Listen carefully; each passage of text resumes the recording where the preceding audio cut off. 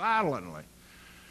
Now, for you all that don't know, a mission, the ladies in here, I know the gentlemen all have had the missions and everything, but when you go on that first mission, you do nothing right. Everything, you never know. We had no experience. Some of y'all were trained by myself and others like me that had come back from the Pacific, and we tried to train you all what to expect.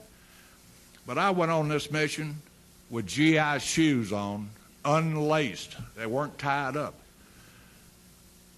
The first experience I got was when I fired the machine gun, and those hot cartridges, I had a 30 caliber in the nose in those days, and those 30 caliber cartridges flying down on the inside of my GI shoes stopped that.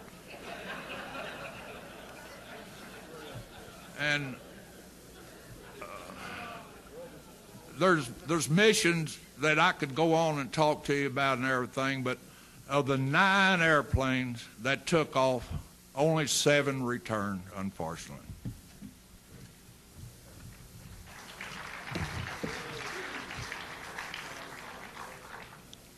Well, meanwhile, trouble was brewing up in the Aleutians at the North Pacific. And the man who knows about what was going on in the Pacific is John Clough, and he's going to tell you all about that. John. 2 squadrons of B-26s, the 73rd and 77, served in Alaska and participated in the Aleutian campaign during 1942. Most historians have ignored their contributions. As will be covered later, the 77 Bomber Squadron deployed on short notice to Alaska in January 1942 as part of a buildup of forces following Pearl Harbor. Shortly afterwards, the 73rd Bomber Squadron exchanged its B-18s for B-26s. Interestingly, the Marauders were from the first 200 produced by Martin and bore no model number. New and untested, they were ill-suited for the harsh Alaskan conditions. They were operationally deployed for the first time in the theater to counter the Japanese base attack against the Navy base at Dutch Harbor in the Aleutian Islands. Supremely overconfident after a stunning series of victories, the Japanese launched their Midway Aleutian operations to expand their empire further eastward. They planned to establish a new defensive line that ran from the western Aleutians through Midway to New Guinea. The plan, completed before the Diddler raid, also called for the diversionary carrier raid against Dutch Harbor. Forewarned by intelligence, the 11th Air Force deployed its forces to advanced bases at Coal Bay on the Alaska Peninsula east of Dutch Harbor and Umnak to the west. 12 B-26s were sent to Coal Bay and 6 to Umnak, along with the heavy bombers and fighters. The Japanese struck Dutch Harbor as planned on the morning of 2 June. After inflicting minimal damage, the carrier task force withdrew to support a planned landing on Adak in the Central Aleutians. However, the weather turned bad and the operation was canceled. The task force turned and struck Dutch Harbor again on the afternoon of 4 June.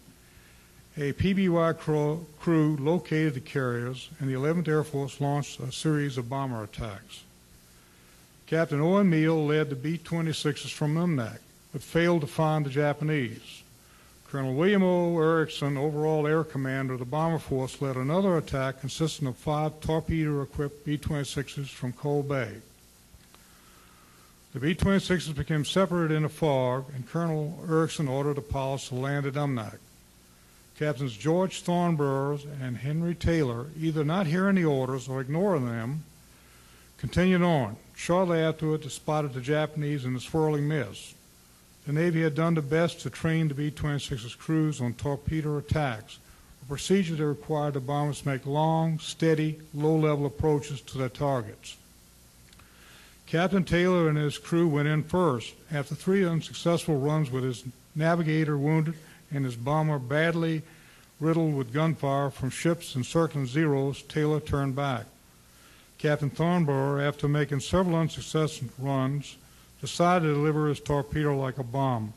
Diving to spin the impeller of the torpedo required a number of revolutions to arm it.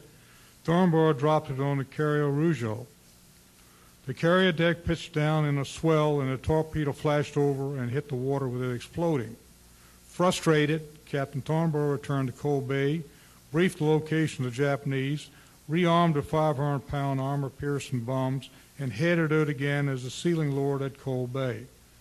Later that night, radio operators at Coal Bay heard him report that he was at 9,000 feet and attempting a landing in a socked-in base. The body of Thornborough's radio operator was found a month later, still strapped to his seat on a nearby beach. The airfield at Coal Bay was named in honor of Thornborough.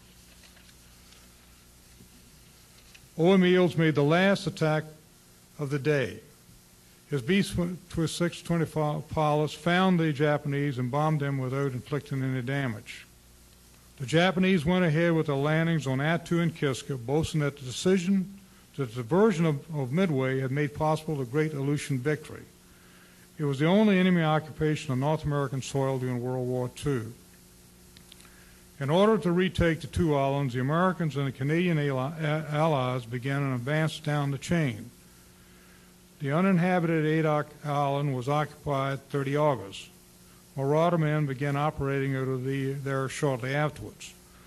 Flying missions against Japanese installations on Kiska and Japanese shipping in the area.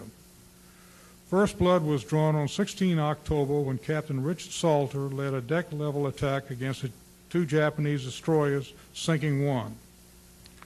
On 27 November, 4 B-26s led by Captain John Pletcher sank a Japanese transport headed for Kiska. Despite the successes, the days of the Marauders and the Aleutians were numbered. It did not stand up well against the primitive conditions, and its relative short range hampered operations over vast distances of that theater of operation. By the end of 1943, the B-26 had been withdrawn from operation in favor of the longer range, easy-to-operate B-25. Richard Salter referred to the B-26 as a good aircraft in a wrong theater of operation. The only B-26 unit left in theater with 15 tow target was continuing to fly the Marauder.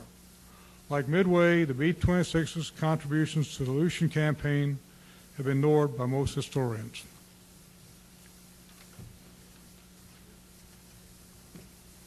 Well, meanwhile, some of the 22nd Bomb Group's planes were still being reassembled at Hickam in Hawaii. And Jim Collins had just arrived there with a flight of 4 69th Bomb Squadron B-26s. At the direction of the Navy, 4 of these Marauders were rigged with Navy torpedoes and had flown to Midway at the end of May.